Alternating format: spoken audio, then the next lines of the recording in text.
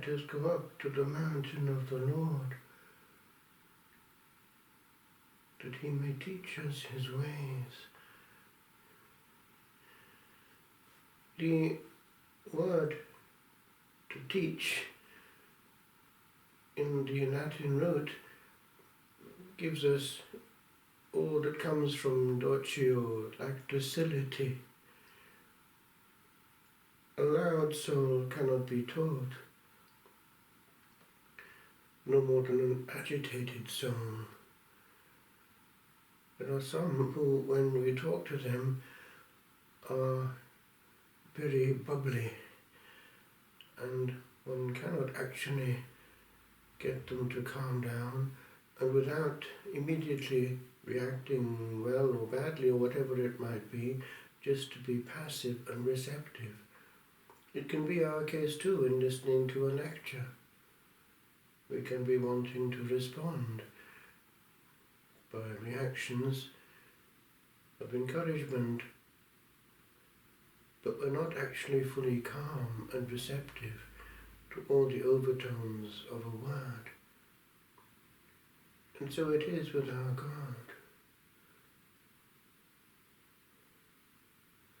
There are times when we need to be still and let the Lord be the teacher. And Advent is the time for that to happen. Alas, Advent has become very different in the world, and that is creeping also into church life. We do not celebrate a feast well if its preparation has not happened. And what sense has it to celebrate Christmas even before Advent has begun?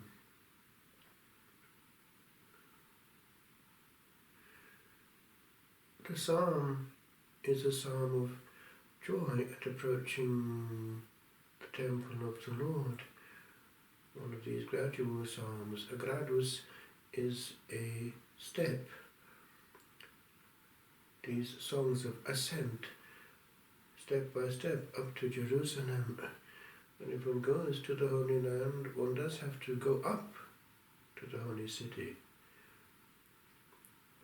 And so we go up to the Divine Presence. In the old rite, there is still a movement upwards, a progressive coming in to glory and majesty and otherness. Those prayers in profound inclination, bowing before Majesty at the foot of the altar steps, and then and only then going up and then kissing the altar, having been purified by confession of sins. And in the classical formation there are prayers to be said even before getting there, while resting in the sacristy, which should also be a place of calm and preparation. The quality of the celebration is deeper when there is that dovetailing in and dovetailing out, so that the grace is absorbed and retained. The tradition of celebrating and carrying on with prayers in celebratory mode for a while unresting, can still be cultivated. One doesn't need to start talking straight away after celebrating, nor do the people need to do anything but honour the one present in them, for they then are tabernacles of the Most High. The Lord does not want us to talk to each other in his temple. He wants to reign, and for that it is fitting that he should have visibly the place of honour in his temple. When he is put discreetly off-centre, our focus also is off-centre. When we place a man's seat where the Lord used to reign, we have more of man coming in to church. and the Lord precisely being off-centre attention. We need to be aware that every time we come into the presence of the Lord, we are coming into a dense quantity of angels as well, and they do not talk to each other, they adore and praise, worship and glorify the one that they are in church to honour. The Lord never comes alone, and we should be aware that our guardian angel also is looking at us and is saddened if we start to behave indecently in the house of our God. In Ireland, in days of old, people would trudge for miles to get to the Holy Sacrifice. Even under duress, they were faithful. But now, alas, people go with joy to the house of sport, and the football has become the centre of praise, and not the Lord of glory. Advent is a time to refocus, but it is a preparation also for the coming of the Lord at the last moment of our life.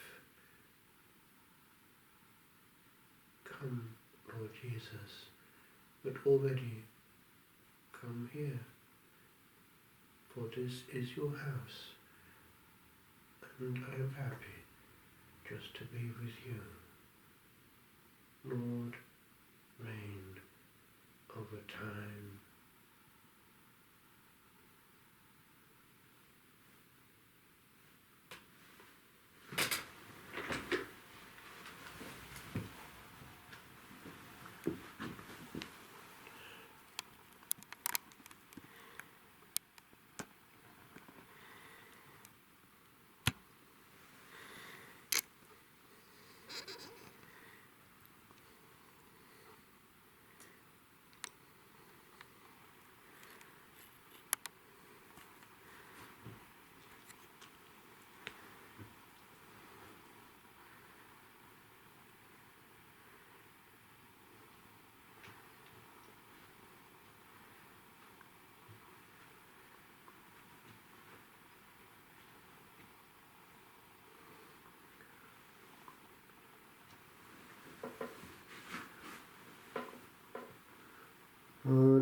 Adoremus in aeternum sanctissimum sacramentum. Laudate Dominum omnes gentes, laudate Deum omnes populi. Quoniam confirmata est super nos misericordia eius, et veritas Domini manet in aeternum.